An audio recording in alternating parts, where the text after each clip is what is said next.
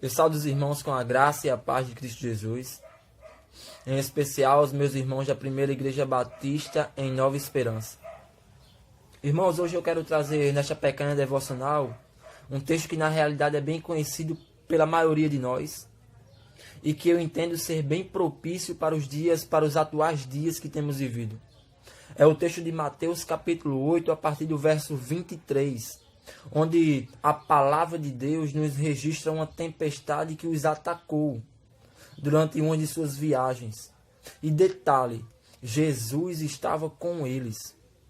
O que podemos notar ainda antes de entrarmos no texto é que esta ideia e esta verdade de que Jesus estava com eles durante a tempestade já refuta todo aquele evangelho de facilidades que é pregado por aí.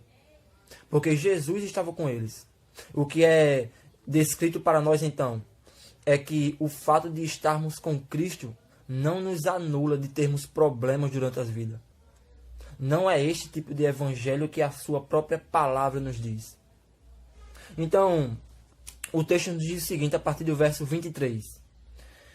Entrando ele no barco, Jesus, seus discípulos o seguiram.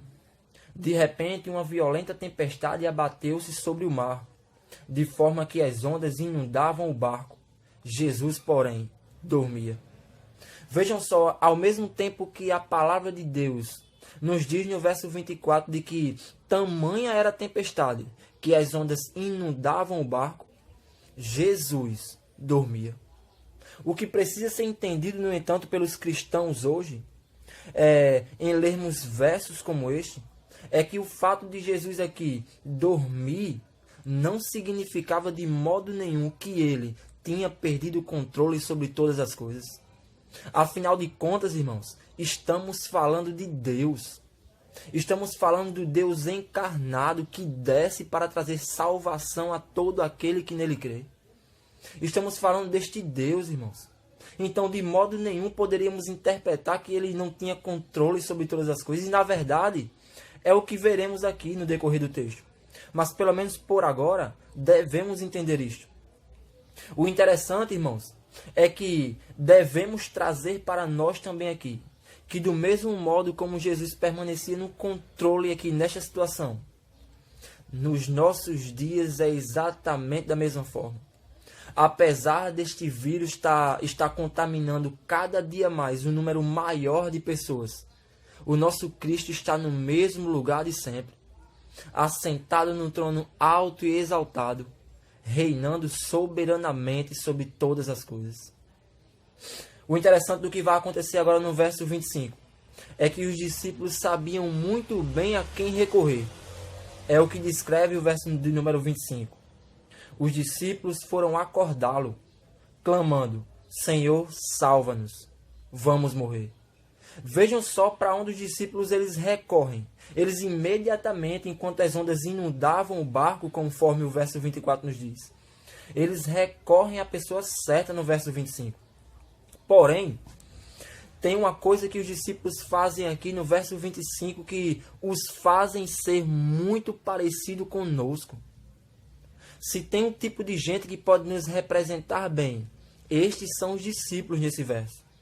Porque apesar de eles se submeterem à pessoa certa, recorrerem à pessoa certa, sendo Cristo, eles ainda assim desconfiam. Por isso que o verso de número 25 termina dizendo: vamos morrer. Antes, o clamor deles é: Senhor, salva-nos. E em um tom de desconfiança, o verso termina: vamos morrer. Este muitas vezes é o nosso sentimento, irmãos. Nós nos parecemos muito com estes discípulos nesse verso. Porque clamamos a pessoa certa, mas com certo tipo de desconfiança. E não pode ser assim, irmãos. Apesar do nosso sentimento de medo muitas vezes, devemos clamar ao nosso Cristo sabendo que Ele é capaz de resolver os nossos problemas também. Amados irmãos, o que é interessante é a misericórdia desse Cristo. Apesar do sentimento de medo ainda dos discípulos no verso 25. É impressionante a misericórdia desse Cristo no verso 26. E o verso 26 nos é descrito o seguinte, vejam. Ele perguntou: por que vocês estão com tanto medo, homens de pequena fé?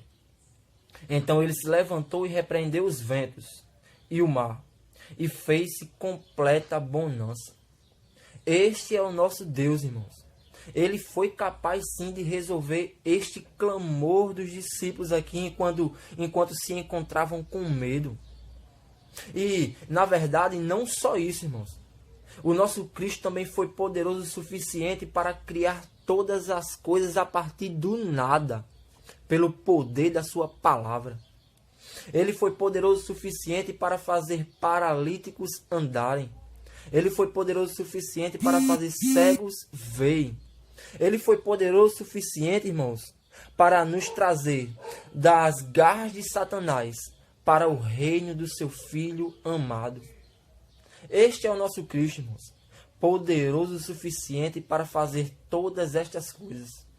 Por isso, baseado neste poder deste Deus que reina soberanamente sobre tudo, devemos sim, como igreja, colocar os nossos joelhos no chão pela nossa nação, pelo mundo, por todas as nações, clamando ao Senhor que nos livre ou abrevie estes dias que temos vivido, se assim for da sua vontade. Devemos então, irmãos, fazer isto para que entreguemos ao Senhor todas as coisas, porque de fato o Senhor reina soberanamente sobre tudo. Amados irmãos, o verso 27 agora, o último verso dessa devocional, vai nos passar agora, vai nos dizer a palavra de Deus, é a admiração dos homens ao ver este Cristo realizar o milagre que realizou para os discípulos. Nós lemos o seguinte no verso 27. Os homens ficaram perplexos e perguntaram: quem é este que até os ventos e o mar lhe obedecem? O que devemos entender, irmãos, é que esta pergunta, quem é este, não pode estar nos nossos lábios. Muito pelo contrário, o que deve estar nos nossos lábios é a resposta a esta pergunta. Se porventura alguém chegar nos perguntando: quem é este que até os ventos e o mar lhe obedecem? Nós como pessoas que sabemos muito bem quem é este Cristo, devemos responder: este que até os ventos e o mar lhe obedecem é o Cordeiro de Deus que tira o pecado do mundo. Este que até os ventos e o mar lhe obedecem é aquele que já existia antes de todas as coisas e que não divide a sua glória com ninguém.